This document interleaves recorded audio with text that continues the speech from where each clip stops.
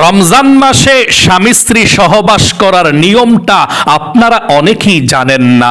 রমজান মাসে এমন একটি সময় আছে যেই সময় স্বামী স্ত্রী মিলিত হলে আল্লাহর আরশ পর্যন্ত কেঁপে ওঠে। আপনি গুনাহগার হয়ে যাবেন, আল্লাহ আপনার দিকে ফিরেও তাকাবে না কিয়ামতের ময়দানে। এবং রমজানে আবার এমন একটি সময় আছে যেই সময় স্বামী স্ত্রী একান্ত মিলিত হলে আল্লাহর রহমত নাজিল হয়, আল্লাহ খুশি হয়ে যায়। আল্লাহু আকবার, আল্লাহু আকবার। এবং এই রমজান মাসের মধ্যে স্বামী স্ত্রী মিলিত হলে সহবাসে একটি ভুল যদি আপনি করেন, শয়তানও আপনাদের সঙ্গে মিলিত হয়ে শয়তানও এই কাজের মধ্যে শরিক হয়ে যায়, শয়তানও সহবাসের মধ্যে শরিক হয়ে যায়। নাউজুবিল্লাহ, নাউজুবিল্লাহ। তাই শয়তানকে চান্স দেওয়া যাবে না। আমার প্রত্যেকটা বিবাহিত ভাই এবং মহিলা মা ও বোনেরা, আজকের এই আলোচনাটা শুনে, পবিত্র মাহে রমজান মাস চলছে, এই পবিত্র মাহে রমজান মাসের মধ্যে স্বামী স্ত্রীরা কিভাবে সহবাস করলে আল্লাহ খুশি হয়, সওয়াবের কাজ হয়, আপনারা জানবেন। এটা অনেকে বলে থাকে লজ্জার বিষয়, কিভাবে বলেন, কিভাবে শুনি এই কথাগুলো। আসলে এটা একটা সওয়াবের কাজ বটে, তাই না? স্বামী স্ত্রী আল্লাহর দেওয়া পৃথিবীর মধ্যে সর্বশ্রেষ্ঠ উপহার, গিফট। আল্লাহু আকবার। নবীজি বলেছেন, স্বামী তার স্ত্রীর দিকে যদি ভালোবাসার নজরে তাকায়, যতক্ষণ তাকিয়ে থাকবে ততক্ষণ সওয়াব হবে। আল্লাহু আকবার। এবং স্বামী যদি তার স্ত্রীর হাতের মধ্যে ভালোবাসার কারণে স্পর্শ করে, আল্লাহ হাসতে থাকে। আল্লাহু আকবার। এবং স্বামী স্ত্রী একে অপরের সঙ্গে যতক্ষণ খুনসুটি করবে, ভালোবাসার কথা আদান প্রদান করবে, রোমান্টিক কথা বলবে, ততক্ষণ পর্যন্ত সওয়াব হয়। আল্লাহু আকবার। তাই এটা একটা নেকের কাজ। সাহাবাই কেরামদেরকে আল্লাহর রাসূল বলল, ও সাহাবাই কেরামরা, যারা বৈধ স্ত্রীর সঙ্গে মিলিত হয়, এটা সওয়াবের কাজ, আল্লাহ সওয়াব দেয়, নেকি দেয়। সাহাবাই কেরামরা বলল, ইয়া রাসূলুল্লাহ, স্বামী স্ত্রী একে অপরের সঙ্গে চাহিদা মেটানোর জন্য তারা মিলিত হয়, সহবাসে লিপ্ত হয়, এটা সওয়াবের কি হলো? কেন আল্লাহ সওয়াব দেয়? সাহাবাই কেরামদেরকে নবীজি বলল, ও সাহাবাই কেরামরা, এটা যদি পরপুরুষ পর নারীর সঙ্গে মিলিত হতো, কি হতো? জিনা, ব্যভিচার হতো, পাপের কাজ হতো। তাহলে নিজ স্ত্রীকে আল্লাহ হালাল করে দিয়েছে। নিজ স্ত্রীর সঙ্গে কথা বললে, দেখা করলে এবং মিলিত হলে আল্লাহ সওয়াব রেখে দিয়েছে। আল্লাহু আকবার। তাই প্রিয় দিনী ভাই এবং প্রত্যেকটা মহিলা মা বোন যারা বিবাহিত আছেন, এই আলোচনাটা মনোযোগ সহকারে শুনবেন ইনশাআল্লাহ। এই পবিত্র মাহে রমজানের মধ্যে অনেক মহিলা মা বোন ভাই বোন আছেন যারা বিবাহিত। আপনারা জানতে চান, হুজুর, বিবাহিত যারা আছে আমরা স্বামী স্ত্রী, রোজার দিনের বেলা স্বামী স্ত্রী একে অপরের হাতকে স্পর্শ করতে পারবো কিনা, চুমু খেতে পারবো কিনা, আলিঙ্গন করতে বকে নিতে পারবো কিনা, বা আমার স্ত্রীকে ধরে আমি ঘুমাতে পারবো কিনা, এই বিষয়গুলো আপনারা কিন্তু অনেকে জানতে চান। এগুলো দরকার, জানা প্রয়োজন। এটা তো এমন কোনো গুনাহের কাজ না, তাই না? এই জন্যে আজকে এই বিষয়টা একদম সহজভাবে, খোলামেলাভাবে আপনাদেরকে আমি বলে দেব।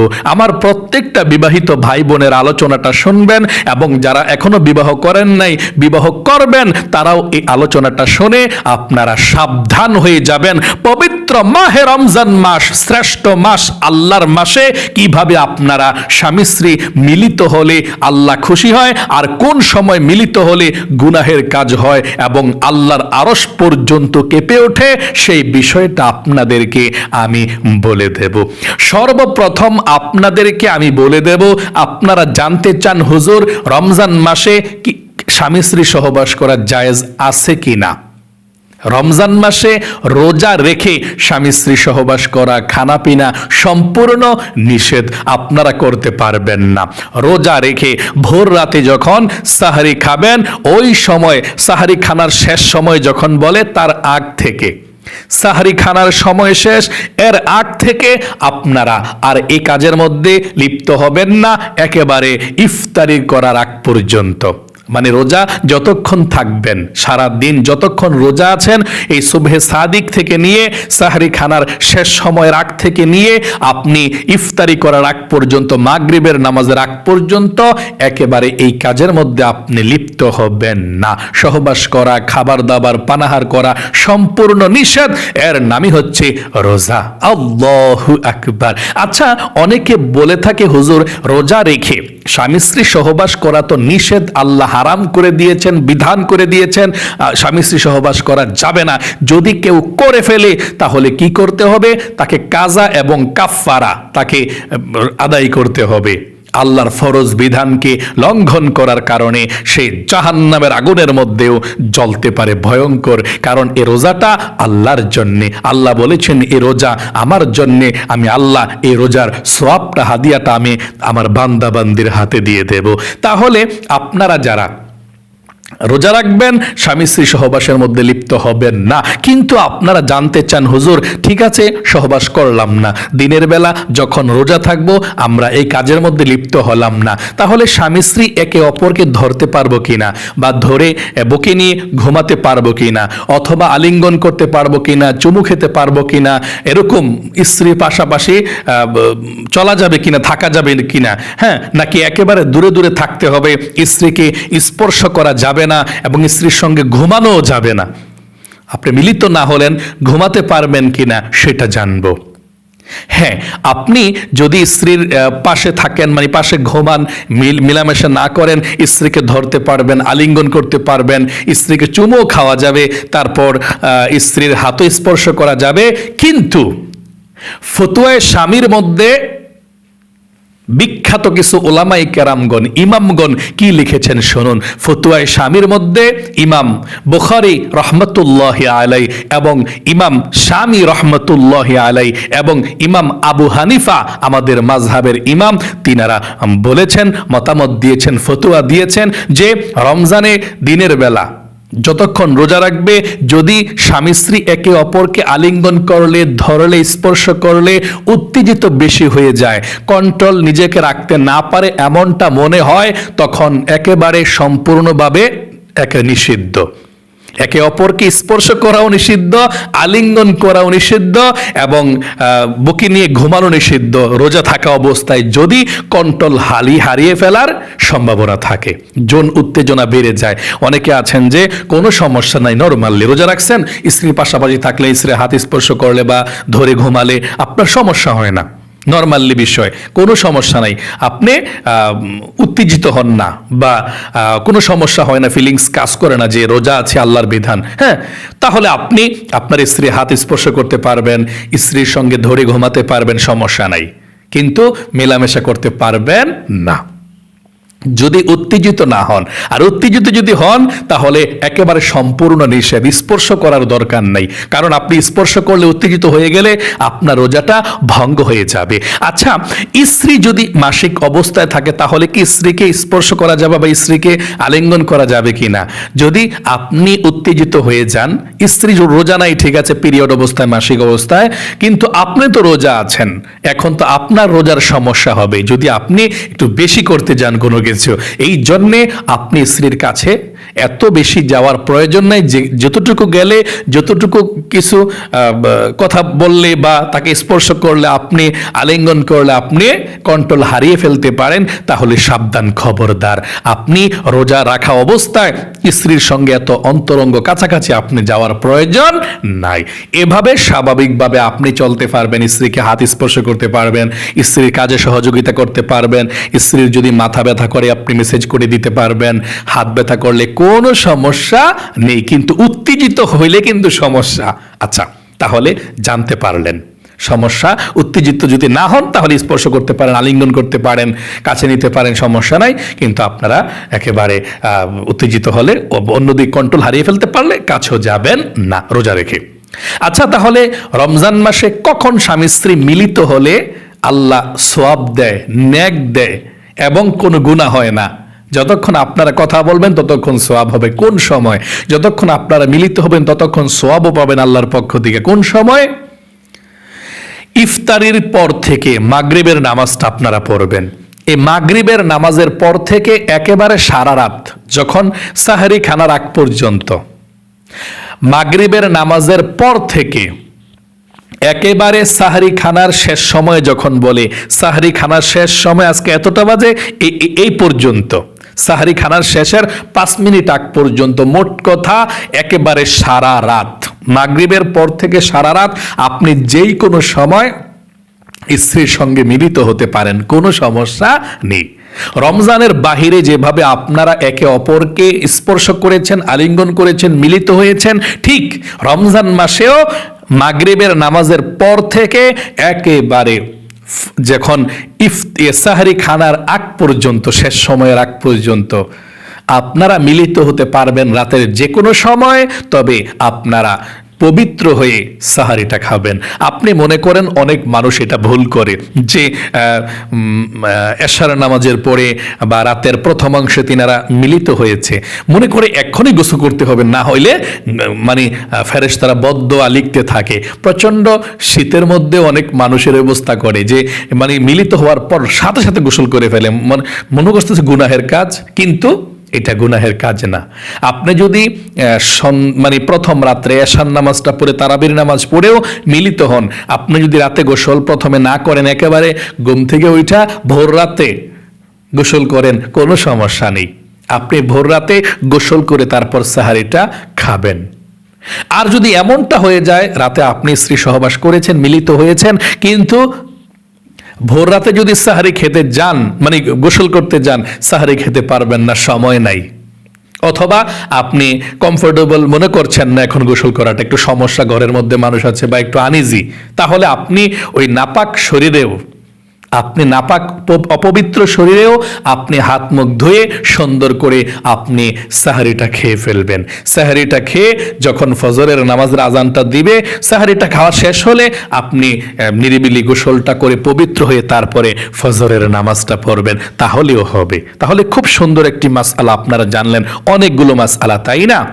মানে আপনারা যদি মিলিত হন স্বামী স্ত্রী একে অপরের সাথে, সারা রাত যদি গোসল নাও করেন, ভোর রাতে সাহারিটা খাবেন গোসল করে। তারপর যদি ওই ভোর রাতে সাহারি খেতে গেলে সময়টা না থাকে, যে থাকবে না মানে ইয়ার সময়, গোসল করতে গেলে সাহারি খাওয়ার সময় থাকতো না, তাহলে অপবিত্র অবস্থায়ও সাহারি খাওয়া যায়, আপনার রোজা হবে, তবে সাহারিটা খেয়ে গোসল করে ফজরের নামাজটা পড়বেন।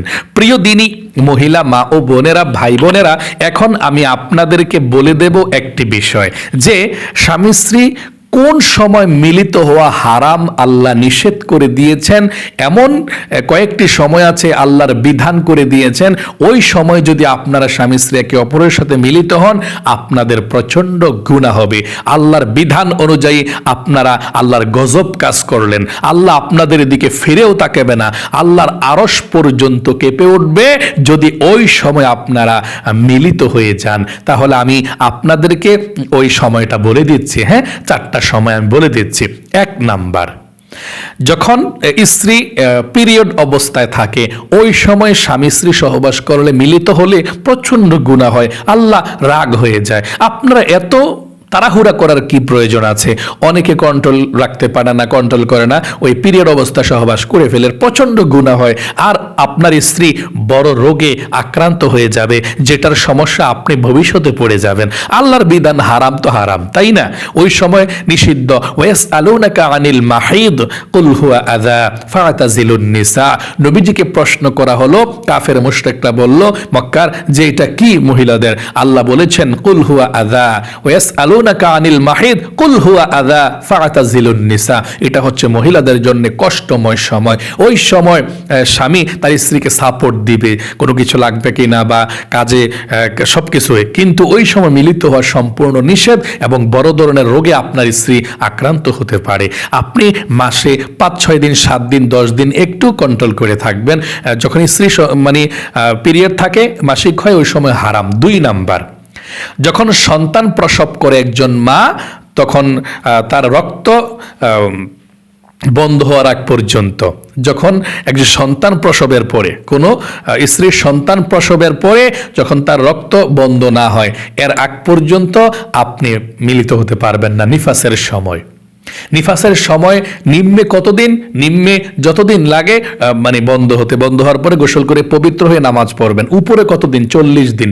40 দিনের পরে গিয়েও যদি মানে ব্লাড দেখা যায়, আপনার ব্লাড নিয়েও নামাজ পড়তে হবে। আপনি এটা অসুস্থতার কারণে 40 দিন পর্যন্ত শেষ সীমা। আবার এই বিষয়টা অনেক মহিলা মা বোনেরা ভুল করে মনে করে যে বাচ্চা হইলেই 40 দিন নামাজ রোজা করা যায় না, অথচ এখন সিজারে যখন বাচ্চা হয় এখন বেশি দিন ব্লাড যায় না, 10 থেকে 15 দিন বা 20 দিন বা 22 দিন 25 দিন এরকম 30 দিন এরকম যায়, কিন্তু বাচ্চা হওয়ার পর 40 দিনই নামাজ পড়ে না অনেক মহিলা মা বোনেরা। এটা সম্পূর্ণ নিষেধ, আপনারা গুনাহগার হয়ে যাবেন। বাচ্চা হওয়ার পরে যখন যতদিন ব্লাড যাবে, রক্ত যাবে, ততক্ষণ নামাজ পড়তে পারবেন না, কমপক্ষে 40 দিন। মানে কমপক্ষে আপনার যতদিনে ব্লাড বন্ধ হয় ততদিন। উপরের সময়সীমা কতদিন? 40 দিন। উপরেরটা যদি ব্লাড যাইতেই থাকে 40 দিন। আর নিচে যতদিন শুকায় ততদিন আপনি অপবিত্র, শুকাইলে আপনি পবিত্র, যে ব্লাড দেখা যায় না তখন গোসল করে নামাজ পড়বেন। যদি সম্ভব হয়, ডাক্তার যদি নিষেধ না করে, তখন স্বামী স্ত্রী মিলিত হও জায়েজ, কোনো সমস্যা নেই। তবে এটা খুব সেন্সিটিভ বিষয়। বাবু হওয়ার পরে একটা সন্তানের মা খুব কষ্টে থাকে, আপনারা তখন একটু দূরে দূরে থাকবেন, দরকার নাই। এটা আল্লাহর নিষেধ করে দিয়েছেন।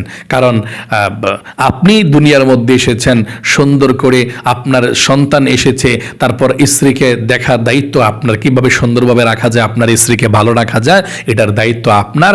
এত তাড়াহুড়া করে আপনি কিছুই করবেন না, আপনারই তো স্ত্রী, আপনি তো অবশ্যই থাকতে পারবেন, আল্লাহ জায়েজ করে দিয়েছে। 3 নাম্বার, রোজার সময় রমজান মাসে দিনের বেলা, ওই যে বলেছিলাম রমজান মাসে দিনের বেলা যখন আপনি রোজা রাখবেন, সাহারি খানার সময় শেষ যখন বলে তখন থেকে একেবারে ইফতারির আগ পর্যন্ত, মোট কথা রমজান মাসে রোজা রেখে স্বামী স্ত্রী সহবাস করা যাবে না, সম্পূর্ণ হারাম, নিষিদ্ধ, আল্লাহ নিষিদ্ধ করে দিয়েছেন। 4 নাম্বারে, হজের এহরাম বাঁধা অবস্থায়, অনেকে মক্কা মদিনায় যারা যান স্বামী স্ত্রী, ওইখানে গিয়ে মক্কা মদিনায় হজে গিয়েও কিন্তু যখন হোটেলে থাকবেন, আপনার হজের কাজ সম্পূর্ণ শেষ, হোটেলে চলে গেলেন থাকার জন্য, ওইখানে গিয়ে আপনার হোটেল বা রুমের মধ্যে গিয়ে আপনার স্বামী স্ত্রী বৈধ, আপনি মেলামেশা করতে পারেন, এটা কোনো নিষেধ নাই। কিন্তু এহরাম বাঁধা অবস্থায়, হজের মধ্যে যে এহরামটা বাঁধে, সাদা কাপড়টা বাজে এহরাম বাঁধে মহিলা মা বোনরা হজের জন্য, বা পুরুষরা, আপনারা এহরাম বাঁধা অবস্থায় স্বামী স্ত্রী সহবাস করবেন না, এহরামটা খুলে তারপরে আপনারা স্বামী স্ত্রী সহবাস করতে হবে। আশা করি বুঝতে পেরেছেন। এই 4টি সময় সম্পূর্ণরূপে সহবাস করা হারাম, নিষিদ্ধ। এই বিষয়গুলো আপনারা মেনে চলবেন। তাছাড়া যে কোনো সময়, ওই যে অনেক মানুষ বলে শুক্রবার ভালো না, বিকালবেলা ভালো না, সকালবেলা ভালো না, চাঁদের রাত ভালো না, ঈদের রাত ভালো না, মানে এগুলো মিথ্যা কথা, কুসংস্কার। আপনার বৈধ স্ত্রীর সঙ্গে আপনি যে কোনো সময়, দিন রাত যে কোনো সময় আপনি মিলিত হতে পারেন, এই 4টি সময় ছাড়া, মিন্সের অবস্থা, মাসিক অবস্থায় ছাড়া, রোজার অবস্থায়, রোজা রাখা অবস্থায়, তারপর নিফাস অবস্থায়, বাচ্চা প্রসবের পরে, রক্ত বন্ধ হওয়ার আগ পর্যন্ত। 4 নাম্বার, আপনি এহরাম বাঁধা অবস্থায়। এই সময় ছাড়া আপনি যে কোনো সময় মিলিত হতে পারেন, অশুভ খারাপ কোনো কিছুই নাই। আল্লাহ আমার প্রত্যেকটা ভাই এবং মহিলা মা বোন যারা বিবাহিত সবাইকে ভালো রাখুক, যারা না জেনে গুনাহের কাজে লিপ্ত হয়েছেন কখনো, আল্লাহ সমস্ত গুনাহগুলো ক্ষমা করে দেখ, আপনাদের জীবনকে সুন্দর করুক। ও হ্যাঁ, আরেকটি কথা কিন্তু আমাদের ছুটে গিয়েছে, এই ভুলটা জীবনে কখনো করবেন না। অনেক স্বামী স্ত্রী আছে একত্রিত মিলিত হতে সহবাস করার সময় একটি ভুল করেন, যার কারণে আপনারা স্বামী স্ত্রী আছেন, আপনাদের সঙ্গে তৃতীয় ব্যক্তি শয়তান হিসাবে মিলিত হয়ে শয়তানও সহবাস করে। নাউজুবিল্লাহ, শয়তানকে স্থান দেওয়া যাবে না। যদি ওই সহবাসে আপনার সন্তান হয়, ওই সন্তানকে শয়তান ধোঁকা দিবে, সন্তান নষ্ট হয়ে যেতে পারে, ধার্মিকতা নাও হতে পারে, দুষ্ট হতে পারে। এই জন্য নবীজি বলেছেন, তোমরা যখনই স্বামী স্ত্রী সহবাস করবে এই দোয়াটা পড়ো, দোয়াটা পড়লে শয়তান আর তোমাদের সঙ্গে সহবাস করতে পারবে না, তোমাদেরকে দেখবেই না। আল্লাহ একটা পর্দা হিসাব টেনে দিবে শয়তানের চোখের সামনে। কোন দোয়াটা? দোয়াটা আমার সঙ্গে একটিবার পড়ুন। বিসমিল্লাহি আল্লাহুম্মা জান্নিবিনাশ শাইতান ওয়া জান্নিবিশ শাইতানা মা রাযাকতানা, এটা পড়ে মিলিত হবেন। এখন বলতে পারেন, হুজুর এই দোয়াটা পড়লে কি হবে? এই দোয়াটা পড়ে মিলিত হলে যদি সন্তান হয় তাহলে কি নেককার সন্তান হবে। ওই সন্তান ভালো সন্তান হবে, মেধাবী হবে, সুন্দর হবে, আল্লাহর রহমতে ভালো বাচ্চা হবে। শয়তান তাকে কাছেও আসতে পারবে না, ধোঁকা দিতে পারবে না, নষ্ট করতেও পারবে না। তাহলে বলতে পারেন, হুজুর বিসমিল্লাহি আল্লাহুম্মা জান্নিবিনা শাইতান ওয়া জান্নিবিশ শাইতানা মা রাযাকতানা, এই দোয়াটা যদি আমরা না পারি হুজুর, অন্য সহজ দোয়া আছে। হ্যাঁ, যদি আপনি দোয়াটি না পারেন কোনো সমস্যা নাই, আপনি আউযু বিল্লাহি মিনাশ শাইতানির রাজিম বিসমিল্লাহির রহমানির রহিম বলেও সহবাস করতে পারেন, কোনো সমস্যা নেই, তখনও শয়তান আর আসতে পারবে না। আল্লাহ আপনাদের সকলকে ভালো রাখুক, সুস্থ রাখুক। আশা করি যদিও একটু কথা বেশি বলেছি, ভিডিওটা বড় হয়েছে, আপনাদেরকে বোঝাতে পেরেছি, মেন বিষয়টা হচ্ছে আপনারা বুঝতে পেরেছেন। আল্লাহ সকলকে ভালো রাখুক, ভালো থাকবেন, সুস্থ থাকবেন। আজ এ পর্যন্তই, আবারও অন্য কোনো ভিডিওতে দেখা হবে ইনশাআল্লাহ। সেই পর্যন্ত আপনাদের সকলের সুস্বাস্থ্য আল্লাহর কাছে কামনা করে আজ এখানে বিদায় নিচ্ছি। আসসালামু আলাইকুম ওয়া রাহমাতুল্লাহি ওয়া বারাকাতুহু।